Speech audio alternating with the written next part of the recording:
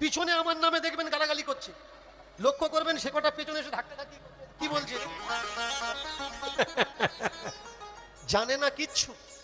শোনো, আমি যদি ভুল বলি আমাকে অবশ্যই দেখো, আমাকে আমার চোখে আঙুল দিয়ে দেখিয়ে দাও। কীর্তনিয়ারা আছে, যে আসরে আমি থাকি না সেই আসরে গিয়ে আমার নামে নিন্দা করে, এই বলেছে ওই বলেছে তাই বলেছে। আর যে আসরে আমার সঙ্গে থাকে বলে দেয় ও থাকলে আমি যাবো না। কেন ভাই?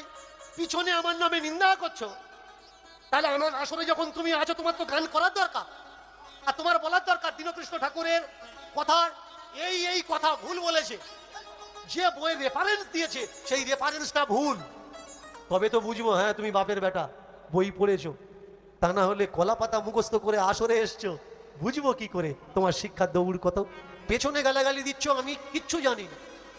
একটা সময় ছোটবেলা আমরা দেখেছিলাম সর্ষের তেলের দাম বাড়লো কোথায়? কেন্দ্র থেকে।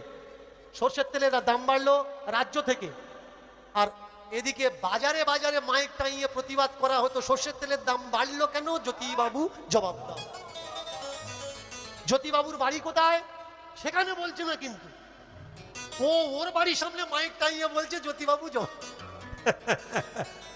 আমি যেখানে আছি ওখানে দাঁড়িয়ে বল দীনকৃষ্ণ ঠাকুরের এইটা ভুল হচ্ছে, ওখানে বলবে না। ও নবদ্বীপে কীর্তন করছে, ওই আসরে দাঁড়িয়ে বলছে ও ভুল কথা বলছে। এই যুক্তিটা মেনে নেওয়া যায় না।